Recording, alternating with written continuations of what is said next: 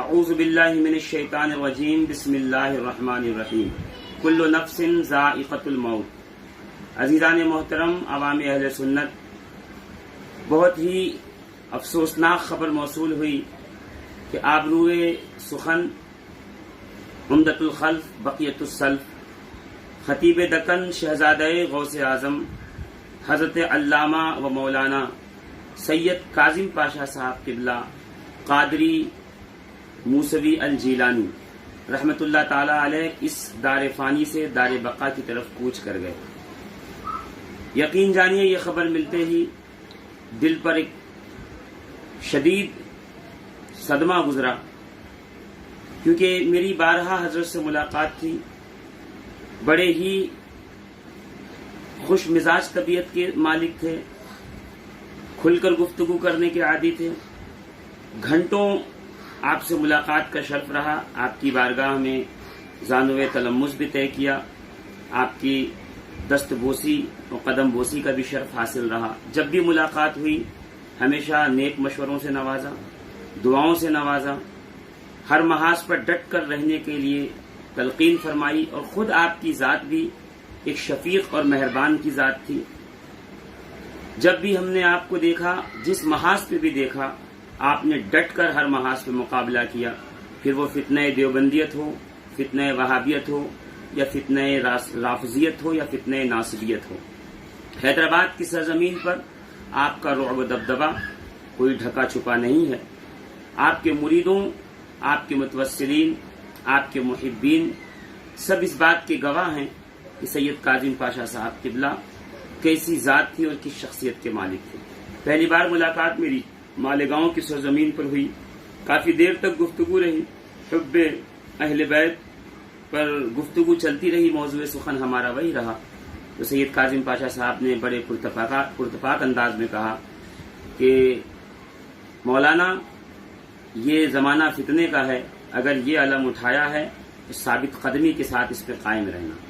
میں نے کہا حضور آپ کی دعاؤں کی ضرورت ہے، بہت دعائیں دیں۔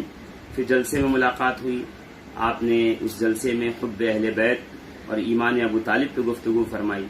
اس کے بعد بمبئی کی سرزمین پر، ڈیسا کی سرزمین پر بارہا ملاقات کا شرف حاصل رہا۔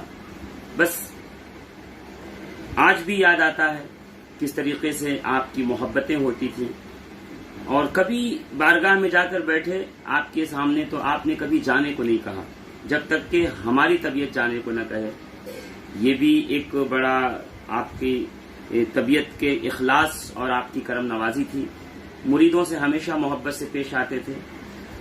ہنسی مزاج جو تھا آپ کا بہت بہترین تھا، ہنسمکھ مزاج کے تھے، چہرے پہ جلال و غصہ بہت کم ہی دیکھنے کو ملتا تھا۔ ہاں، اگر دشمنان دین، دشمنان اہل بیت ہیں تو پھر تو کاظم پاشا صاحب کے جلال سے کوئی بچ نہیں سکتا تھا، مگر جب جمال کی بات آتی تھی، اللہ اکبر، ہم نے دیکھا ہے کس قدر محبت کرتے تھے، کس قدر پیار کرتے تھے۔ ایک ایسی عظیم شخصیت ہمارے درمیان سے چلی گئی کہ اس خلا کو پر نہیں کیا جا سکتا۔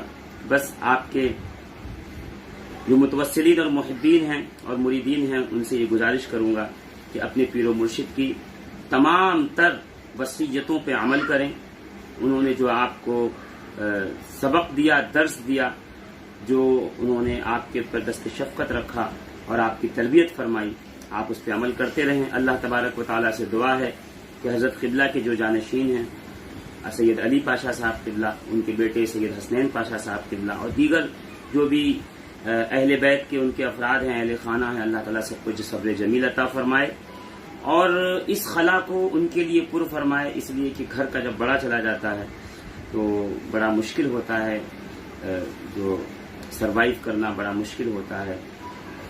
اللہ رب العزت سے دعا ہے کہ اللہ رب العزت اس مشکل کے گھڑی میں ان کے تمام لواحقین کو، اہل خانہ کو صبر عطا فرمائے، اور ہمیں سید کاظم پاشا صاحب قبلہ کا نعم البدل عطا فرمائے، اور جس طریقے سے انہوں نے ناصبیت اور رافضیت کا قلع کما کیا تھا، ہمیں بھی ان کے مشن پر چل کر قلع کما کرنے کی، ناصبیت اور رافضیت کی توفیق عطا فرمائے۔ آمین بجاہ النبی الکریم علیہ الصلاۃ والتسلیم۔